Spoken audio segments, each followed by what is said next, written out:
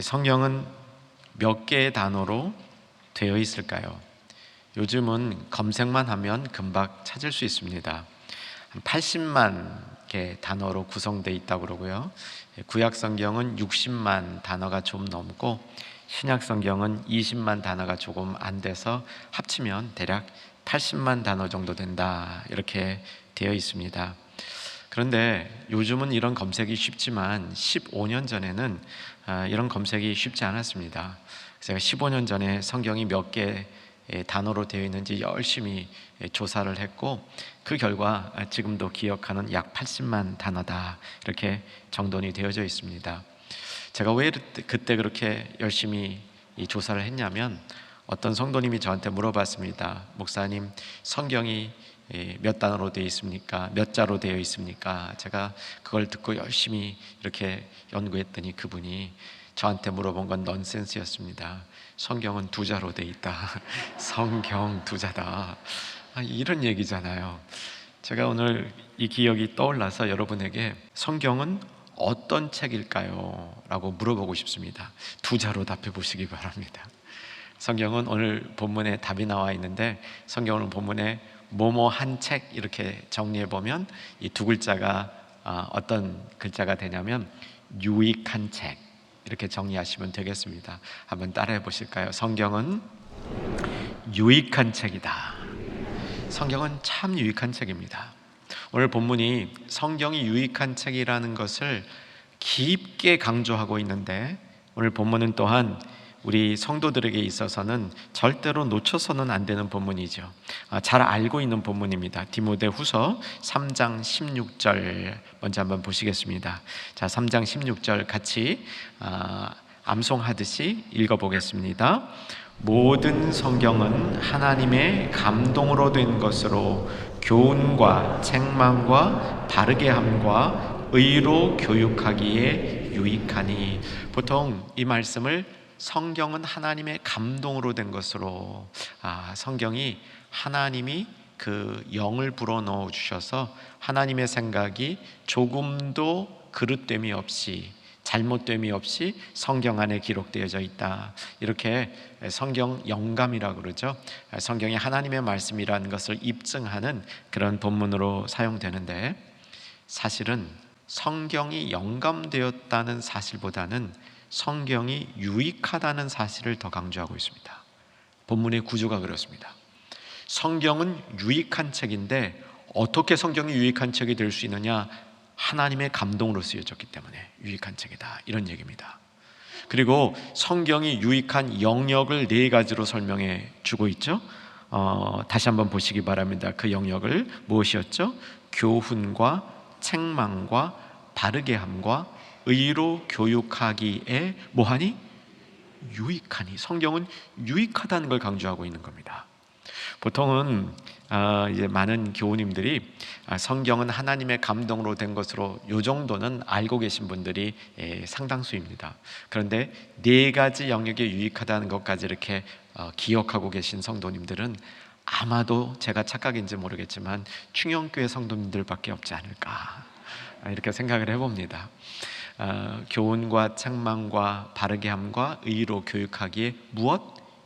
요걸 기억해 주십시오. 유익한 것. 그러니까 성경은 유익한 책이라는 게 골자입니다. 왜 유익하냐? 하나님의 감동으로 되어 있기 때문에 유익하다는 것이죠. 이제 성경이 유익한 영역 4가지 살펴보기 전에 16절과 17절이 같이 붙어 있는 절이죠. 자, 17절 같이 한번 잘 읽겠습니다. 이는 하나님의 사람으로 온전하게 하며 모든 선한 일을 행할 능력을 갖추게 하려 함이라. 성경은 하나님의 사람으로, 성경의 사람이라고 우리 부르십시다. 오늘 우리가 이렇게 성경이 유익한 책이라는 교훈과 함께 성경의 사람이 되자라는 도전도 받으려고 합니다. 이 2가지를 기억해 주시면 되겠는데, 성경의 사람으로, 하나님의 사람으로 2가지, 무엇과 뭐였죠? 온전하게 하며, 그 다음은 갖추게 하려 함이라. 근데 원문으로 보게 되면 유익하다, 온전하다, 갖추게 하다, 이렇게 이제 동사가 3개가 계속 점진적으로 나오고 있는데 이 내용들이 다 비슷한 내용입니다. 처음에 유익하다. 그 유익한 것은 우리를 온전하게 하는 것이다. 근데 갖추게 하는 것은 온전하다라는 말의 강조형입니다. 더 온전하게 하다, 갖추게 하다. 이렇게 성경의 유익성을 점진적으로 보여주고 있는 것이 오늘 본문의 내용이라고 볼 수 있겠습니다. 자, 여러분, 디모데후서를 보게 되면 오래전에 디모데후서 다뤘는데 디모데전서, 디모데후서, 디도서 이 세 편지를 다 기억하면 적어도 몇 가지 꼭지는 우리 역시 같이 떠올려질 수 있어야 되리라고 믿습니다. 디모데전서, 후서, 디도서 교훈 가운데 우리가 가장 먼저 기억하고 잊지 말아야 될 것이 무엇이냐면 바른 교훈이라는 거죠. 신중함, 이런 것도 잊지 않으면 좋을 것 같습니다. 그 다음에 또 잊지 않아야 될 게 선한 일, 선한 영향력, 이런 것들이 많이 나옵니다. 제일 중요한 거 바른 교훈. 그러니까 바른 교훈이 없는 시기에, 요즘과 같은 시기죠. 바울 시기가 그랬던 것 같습니다. 바른 교훈이 잠자고 있는 시기에 바른 교훈을 일깨워주는 것이 뭐냐? 성경이라는 겁니다. 세상이 온통 바르지 않은 교훈을 쫓아가고 있고 세속의 가치를 따르고 있고, 그래서 하나님을 멀리하는 시대 가운데 우리가 붙들어야 될 권위가 어디 있느냐? 하나님의 말씀에 있다는 것이죠. 바른 교훈에 있다. 바른 교훈인 성경은 유익하다. 하나님의 감동으로 된 것으로 유익하다라고 설명해 주고 있는 겁니다. 저는 2022년을 시작하면서 사랑하는 충현의 가족들과 함께 유익한 성경을 붙들고 한 해를 힘차게 달려가기를 소망합니다. 여러분, 다시 한번 여러분의 인생 가운데, 저의 인생 가운데 성경이 얼마나 유익한 책인지를 다시 한번 경험할 수 있는 한 해가 되기를 소망하는 것이죠. 자, 이제 네 가지 영역에서 성경이 유익하다라고 말씀했죠. 교훈, 책망, 바르게 함, 의로 교육하기에 유익하다. 이 내용을 그냥 간단히 이렇게 아주 요점만 정리해 보도록 하겠습니다. 네 개 다 안 하고요, 책망은 안 할 겁니다. 전에 빛의 책망, 빛에 드러남할 때 책망이라는 말은 그때 참 충분히 다뤘습니다. 그래서 오늘은 안 다루고요. 교훈, 성경은 어떤 교훈을 주기 때문에 우리에게 유익한 것일까? 같은 디모데에게 준 바울의 편지에서 찾아보면 디모데 후서가 아니라 전서로 가보시기 바랍니다. 조금 앞으로 가시면 됩니다. 오늘 본문 끼워 놓으시고 다시 돌아올 거니까 디모데전서 1장 11절로 가보십시다. 디모데전서 1장 11절, 제가 읽기 시작할게요. 여러분 계속 찾으십시오. 이 교훈은, 이렇게 됩니다. 교훈이죠, 교훈. 그러니까 성경이 가르쳐준 교훈이에요. 이 교훈은 뭐라고 되어 있는지 같이 읽으십시다. 시작. 내게 맡기신 바 복되신 하나님의 영광의 복음을 따름이니라. 영광의 복음이라는 말이 나오죠. 성경이 주는 교훈이 우리에게 유익한 이유는 영광의 교훈을 따라 살 수 있도록 인도해 주시기 때문이라는 사실입니다. 영광의 복음은 사실은 복음을 설명하는 여러 가지 표현 중에 하나인데, 우리가 잘 붙들고 있는 십자가 복음, 이 십자가 복음 위에 세워지는 겁니다. 십자가 복음을 통과해야 영광의 복음에 나갈 수 있는 겁니다. 십자가 복음으로 자기 자신을 부인하고 정말 하나님의 구원의 도리만 붙들 때, 그때 하나님이 역사하시는 많은 하나님의 임재의 세계를 보면서 영광의 복음이 무엇인지를 경험할 수 있게 됩니다. 성경이 가르쳐주는 교육의 유익은 영광의 복음을 따르게 하는 것이다. 바울이 똑같은 디모데에게 선포해 준 말씀이죠. 다른 것을 또 살펴봅니다. 이번엔 디모데전서 4장 13절로 갈 겁니다. 디모데전서 4장 13절 같이 읽으십시다. 내가 이를 때까지 읽는 것과 권하는 것과 가르치는 것에 전념하라. 무엇 다시 확인합니다. 읽는 것, 권하는 것, 가르치는 것. 성경에 관련된 거예요. 성경을 읽는 것, 성경을 권하는 것, 성경을 가르치는 것에 전념하라. 우리들에게 적용하면 성경을 읽는 것과 성경을 듣는 것과 성경을 배우는 일에 전념하라, 이렇게 되는 거죠. 사랑하는 여러분, 이 바울은 디모데에게 기초가 충실한 리더가 되고 기초가 충실한 성도들을 세울 것을 권면하면서 하나님의 말씀을 읽는 것, 권하는 것, 가르치는 일에 전념하라 라고 얘기합니다. 여러분, 성경은 이렇게 우리에게 교훈해 주는 거죠. 성경이 우리에게 주는 교훈의 교육은 우리를 건강한 성도, 우리를 기초가 튼튼한 성도로 세워준다는 말씀입니다. 책망은 지나가고요. 바르게 함. 이 바르게 하는 것, 바르게 하는데 유익하다 그랬는데, 바르게 하는 것은 그 의미가 이런 의미입니다. 교정과 회복을 통해서 새로운 모습으로 향상 발전되어지는 것을 바르게 하는 겁니다. 성경은 우리로 하여금 이렇게 해준다고 선포하는 거죠. 사랑하는 여러분, 요즘 세대에 얼마나 자기 발전을 위해서 드리는 시간과 열정이 많습니까? 저희 때만 해도 그 자기 발전은 학생 시절에만 하는 건 줄 알았습니다. 그런데 이게 시대가 바뀌다 보니까 학생 시절에 자기 발전하는 건 이건 아주 조금이고요. 세상에 나가서, 사회에 나가서 해야 될 자기 발전이 얼마나 치열합니까? 자기 발전을 위해서 끝까지 노력해야 되죠. 아마 주님 앞에 갈 때까지 노력하는 게 맞는 것 같습니다. 자기 발전을 위해서 노력해야 되는 사람들이 꼭 기억해야 될 게 있습니다. 자기 발전은 세상 것으로, 세상의 기준을 맞추기 위한 발전만이 아니라는 겁니다. 여러분, 진짜 자기 발전은 어떻게 돼야 되냐면요, 진짜 자기 발전은 하나님의 사람으로 세워지는 거죠. 하나님이 기뻐하는 사람으로 세워질 때 이 세상에서도 유익한 사람이 된다, 이 말씀입니다. 성경이 유익하다는 것은 하나님의 말씀으로 세워진 사람이 이 사회 앞에 진정으로 유익한 사람이다 라는 것을 가르쳐 주고 있는 것이죠. 여러분, 성경이 바르게 하는 유익을 평생 경험할 수 있기를 주 안에서 소망합니다. 자기를 교정하고 자기를 회복시켜서 계속 발전시키는 일을 성경을 통해서 우리가 이룰 수 있다는 거죠. 이 말은 절대적으로 옳습니다. 이 세상에서 이 세상 것으로 우리가 갖추어주고 발전하는 것은 한계가 있습니다. 사람이 어떤 수준 이상으로 정말 발전하려면요, 자기 안에 있는 죄의 뿌리를 이겨내야 합니다. 죄가 우리 안에 꽉 틀어잡고 있는 한 인간의 자기 발전은 한계가 있을 수밖에 없다는 겁니다. 세상이 말하지 아니하는, 세상이 감당할 수 없는 하나님의 사람들로 키워가는 이 자기 발전은 성경이 바르게 하는 역사 가운데 있는 줄로 믿으시기 바랍니다. 책망은 한순간에 우리가 잘못된 것을 이렇게 비추어주는, 그래서 막 아프기도 한 그런 거였죠.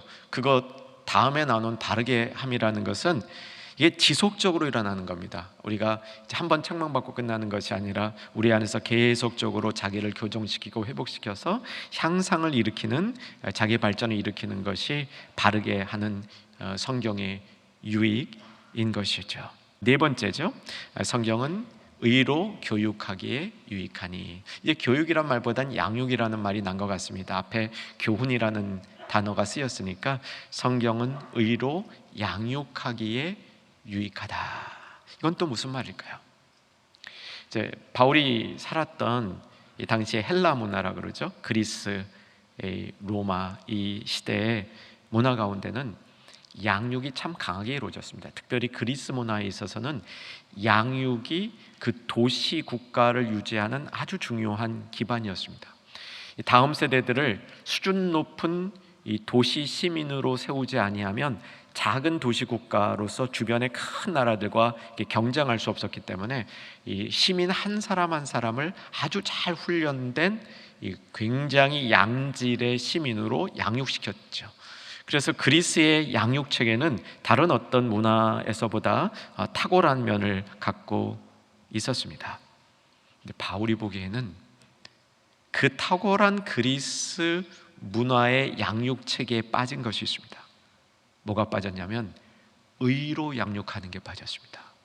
성경은 의로 양육하는데 유익하다라고 얘기를 합니다. 의로 양육한다는 말이 무엇입니까? 의로운 사람이 되는 거죠. 의로운 열매가 되는 겁니다. 참 이 세상 앞에 가장 유익한 사람의 모습 중에 하나가 의로운 사람이라는 겁니다. 의로 양육되는 사람이 이 시대 앞에 매우 유익한 사람이 될 수 있다는 것이죠. 그런데 의로 양육되는 것은 개인의 힘, 사람의 힘으로 되는 게 아닙니다. 여러분, 성경의 기본 원리를 이 시간에 다시 한번 잘 붙드시기를 바랍니다. 의는 하나님께서 예수 그리스도를 통하여 우리에게 주셔야 받을 수 있는 겁니다. 그러니까 우리가 가지고 있는 의가 있다면 이것은 예수님의 의가 우리 안으로 전가되어졌다는 것이죠. 이게 의로 양육하는 원리인 것이죠. 세상에서 어떤 이런 원리를 배울 수가 있습니까? 사랑하는 여러분, 예수님을 믿으십니까?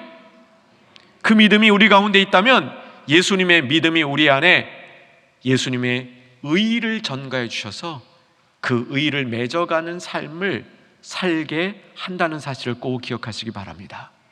그래서 점검하셔야 됩니다. 내가 의로운 삶을 살고 있는가? 나의 주변에는 의의 열매가 맺어지고 있는가? 세상의 양육에는 이것을 강조하는 게 없는데 성경은 정말 의롭게 사는 길을 안내해주고 의롭게 살 수 있도록 우리 안에서 그 말씀이 성령의 작용과 함께 우리를 이끌어 간다. 그래서 의의 열매를 맺는다는 겁니다. 자, 여러분, 교훈과 책망과 바르게 함과 의로 교육하기에 유익하다, 이 말씀을 나눴는데 여러분, 최종 결론은 이것입니다. 성경은 유익한 책입니다. 아멘 되시길 바랍니다. 유익한 책을 사용하는 저와 여러분이 되어야 되겠습니다. 유익한 책을 잘 읽고 잘 배우고 우리 삶에 잘 적용하는, 유익하다라고 생각하고 끝나는 것이 아니라 유익한 성경이 우리 삶에 다가와서 우리 삶을 이끌어가는 2022년이 되기를 소망하는 저와 여러분 되기를 바랍니다. 지난 8월 달부터 새해 2022년을 준비하면서 우리 성도님들과 함께 정말 같이 해보고 싶은 영적 훈련이 있었습니다. 우리 온 성도님들이 같이 한번 영적 훈련을 해볼 수 있기를 어떤 것을 중심으로 하면 좋을까 기도하고 생각하다가 성경 통독을 하면 좋겠다, 이런 결론을 내렸습니다. 그래서 2022년 한 해 동안 우리 한번 성경 통독 해보십시다, 이렇게 성도님들에게 정말 강권하고 싶습니다.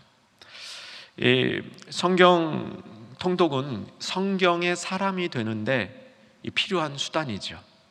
물론 성경의 사람이 되는데 성경 통독이 유일한 방법은 아닙니다. 어쩌면 최선의 방법이 아니라고 말할 수도 있겠습니다. 다른 더 좋은 방법들이 있습니다. 하지만 성경 통독을 내가 예수님을 믿는다고 그러면서 예수님을 따른다고 그러면서 평생 한 번도 안 해보신 분, 2022년도에 그 안 해봤다는 오명을 씻으시기를 바랍니다. 속으로 뭔가 좀 불편하지 않으세요? 내가 하나님 믿는다, 예수님 자녀다, 그런데 성경을 한 번도 통독을 안 해봤어. 이거 계속 내 평생에 있는 약점이 될 수 있습니다. 2022년도에는 결단하시고 한번 성경 통독을 꼭 해보실 수 있기를 바랍니다. 성경 통독은 하셨는데 하신 지 너무 오래됐습니다. 그런 분들 계실 것 같아요. 성경 통독은 했는데 언제 해본지 가물가물합니다. 하긴 한번 했습니다. 10년 안에 성경 통독 안 하신 분들 2022년도에 한번 성경 통독할 수 있기를 주님 안에서 소망합니다. 제가 성경 통독을 많이 하는 분들을 좀 알고 있는데요, 이 공통점이 있습니다. 성경 통독을 많이 하는 분들은 신실해요. 이 성경 통독하는 자체가 어떻게 보면 기계적이라고 느낄 수 있죠. 하루에 몇 장을 꼭 읽어야 된다는 것이 이게 너무 이 프로그램적이 아니냐, 이런 생각을 할 수 있습니다. 그런데 참 놀라운 건요, 성경 통독을 많이 한 분들은 한결같이 신실합니다. 제가 이전에 섬기던 이민교회를 떠나고 이제 충영교회로 부임할 무렵에 어떤 나이가 제법 드신 이제 70이 넘으신 성도님으로부터 이제 그 안부 이렇게 헤어지는 인사를 받았습니다. 그분은 교회에 등록하신 지 2년이 채 안 되신 분이셨는데 그분의 인사가 이랬습니다. 목사님을 통해서 예수님을 만나게 돼서 너무 감사합니다. 저는 지난 2년이 안 되는 기간 동안 열심히 하나님의 말씀을 읽었습니다. 23독했습니다. 그러시는 거예요. 그래서 저는 그 경험도 있고 이번에 우리 충현 가족들과 함께 성경 통독을 하자 이렇게 선포하면서, 우리 충현 교회 위에 성경 통독을 가장 많이 하신 분은 누구시며 몇 독이나 하셨을까? 굉장히 궁금했습니다. 아마 100독은 훌쩍 쉽게 넘을 것 같아요. 아까 그분도 지금 100독이 넘으셨을 수도 있으니까. 그럼 우리 충영교회 안에는 뭐 100동 넘으신 분들은 있으실 것 같고, 그게 얼마나 숫자가 올라갈지는 주님께 여쭤봐야 알 수 있을 것 같습니다. 그런데 그분이 누구실까? 은퇴 장로님이실까? 권사님이실까? 안수 집사님이실까? 아니면 성도님일까? 아니면 목회자 중에 있을까? 이것도 제 관심거리 중에 하나이긴 합니다. 성경을 이렇게 23독 얘기가 탁 나니까 우리 충영교회 부임하자마자 어떤 꼬마애를 이렇게 소개하면서, 이 꼬마애가 1년에 성경을 23독 했대요. 그러니까 우리 가운데도 많이 있을 것 같아요. 근데 물론 꼬마가 한 성경은 우리가 보는 성경이 아니라 이제 아이들 보는 단순한 성경이니까 빨리 읽을 수 있겠다는 장점은 있겠습니다. 저는 성경을 한번 통독해 보는 것이, 그리고 다 같이 해보는 것이, 개인적으로 올 한 해 성경 읽으십시다 이렇게 하는 것과 우리 같이 한번 성경을 읽어보십시다, 같이 날짜를 정해서 같이 시작하고 같이 끝맺고, 혼자 하는 것이 아니라 소그룹을 정해서 소그룹 안에서 서로 같이 달려가면서 같이 응원해주면서 그룹을 이루어서 나가면 멀리 갈 수 있습니다. 같이 성경을 읽어가는 이런 훈련을 올 한 해 해보기를 소망합니다. 이 성경을 읽기 위해서 기존에 있는 성경 읽기 프로그램들을 한번 쭉 검토해 봤습니다. 어떤 성경 읽기 프로그램을 사용하면 우리 성도님들과 비교적 손쉽게 함께 성경을 읽을 수 있을까? 기존의 프로그램들을 보면서 참 좋은 프로그램들이 있었고, 그 프로그램으로 우리가 하겠다라는 마음을 거의 우리 담당 목회자들과 또 장로님들과 논의가 맞춰졌는데, 좀 아쉬움은 있었습니다. 성경을 쭉 읽어가면서 그래도 짧게나마 이 성경의 맥을 짚어주는 설명이 있으면 좋겠다.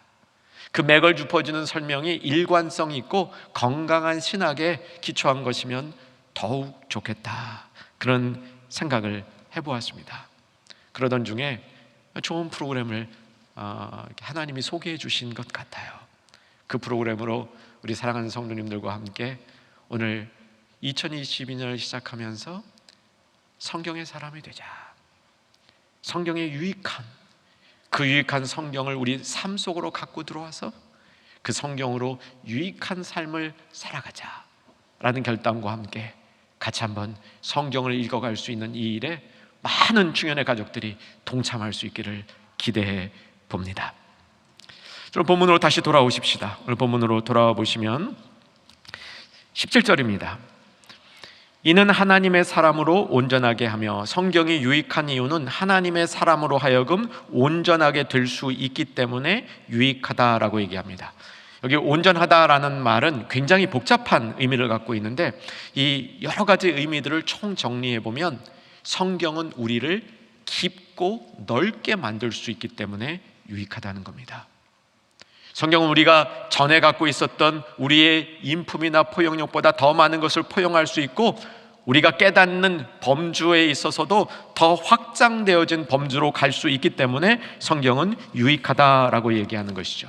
그러니까 앞에 4가지 영역에 대해서 각각 유익한 것도 있지만 4가지 영역이 잘 버무러지면서 그것이 우리를 온전하게 만들므로 유익하게 해주는 역사가 있다는 것이죠.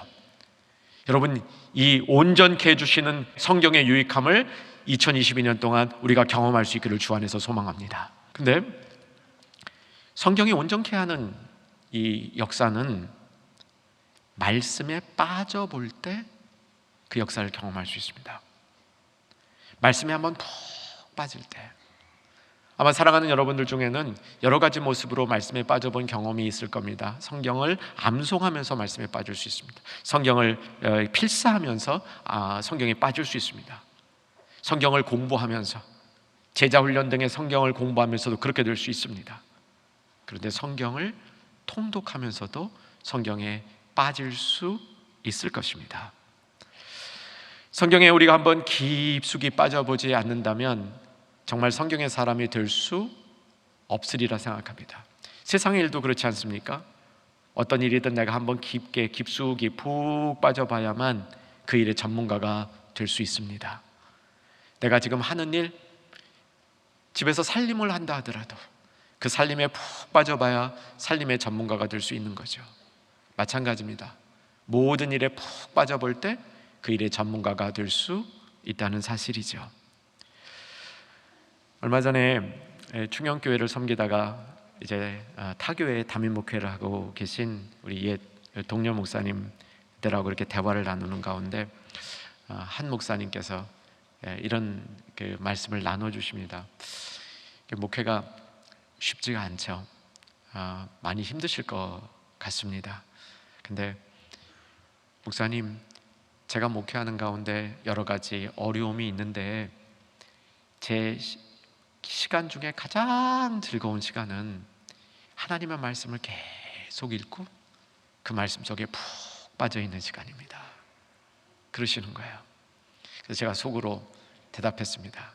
저도 목회가 쉽지 않지만 저도 푹 빠져 있는 시간이 제일 좋습니다. 여러분, 성경에 푹 빠져보시기 바랍니다. 성경에 푹 한번 빠져보시면요, 성경에 빠지는 그 푹 빠져있는 가운데 하나님이 새로운 길들을 열어주시고 이 세상의 여러 가지 어려운 일들이 더 이상 어려움이 아닌 깊은 사랑의 자리로 인도해 주시는 놀라운 역사를 그 시간에 경험하실 수 있게 될 것입니다. 자, 계속 이어나가십시다. 17절 두 번째 보게 되면 성경은 온전하게 할 뿐만 아니라 선한 일을 행할 능력을 갖추게 한다라고 얘기를 합니다. 이렇게 한번 적용해 보시면 좋겠습니다. 성경은 네 가지 영역에서 우리에게 유익하여서 그것을 온전하게 우리를 깊고 넓게 만든 다음에 이번에는 마지막에 가장 중요한 것은 세상에 나가서 선한 일을 할 수 있는 사람이 되도록 갖춰주시는 것이다. 이렇게 해서 유익하다는 겁니다. 저는 믿습니다. 세상에 정말 유익한 사람은 성경의 사람입니다. 하나님의 말씀으로 갖추어진 사람이 선한 일을 할 수 있는 그런 능력을 갖추게 된다는 겁니다.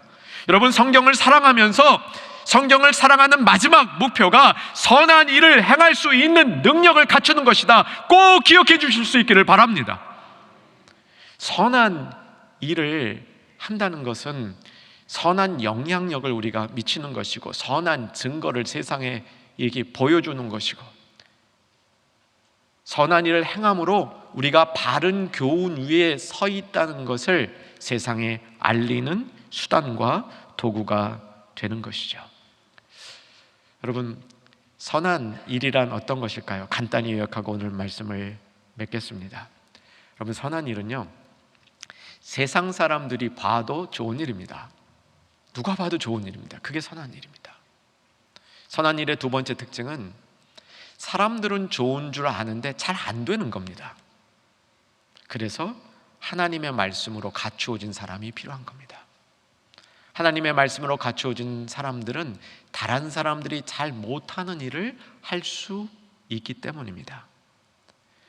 선한 일은 하나님에 의해서 쓰임받는 일인데 선한 일을 하려면 깨끗해져야 됩니다. 이게 다 지금 성경에 나오는 얘기들을 제가 압축해서 정리해드리고 있는 겁니다. 선한 일을 하는 사람들은 깨끗해져야 됩니다.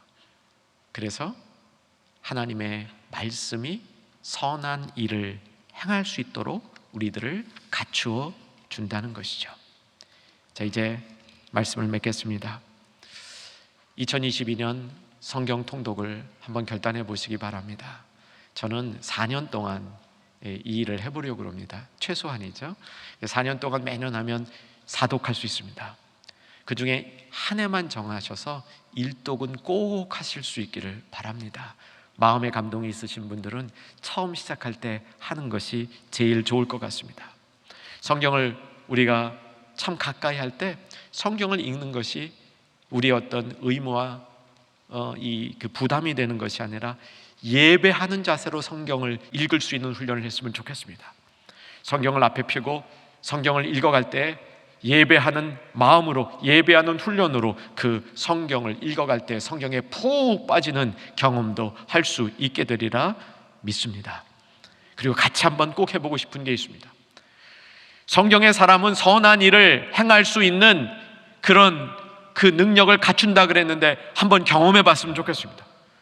내가 성경을 통독하고 성경과 가까워지고 정말 성경대로 살아가려는 의지를 가질 때 내가 선한 일을 행할 수 있는 능력이 전보다 늘어났는지 안 늘어났는지 검증해 봤으면 좋겠습니다.